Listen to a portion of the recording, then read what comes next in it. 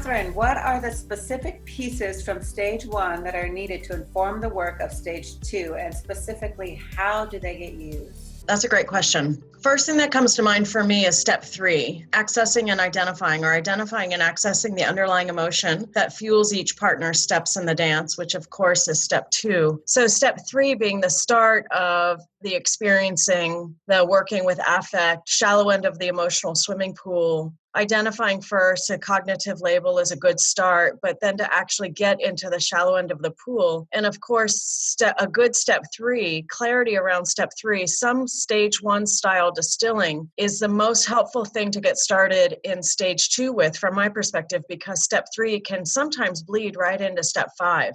And so I've always constantly amplifying step 3. And I sometimes say to the client, I'm going to be needing this data in future sessions. So do you mind if I linger? Or can I help get this distilled and clarified a little bit more? Because right now we're connecting it to your behaviors, your steps in the dance. But in subsequent sessions, we'll be taking the elevator down and plugging into that experientially, that fear, that pain, that whatever their word is. So I'm really keen on step 3 feels like the bridge into stage 2 for me, where step 3s and steps 3 and 5 kind of meet on a bridge somewhere. That affect crosses the great expanse from the escalated negative pattern to the start of restructuring the bond. For me, affect is the great connector. You will tell people, you'll be transparent and say, in step 3, I'm going to be connecting this emotion, this experience to your behavior. But down the line, as we progress through this process, I will be helping you to feel that emotion even more experientially and sharing it with your partner in order to restructure the bond. You'll be that explicit.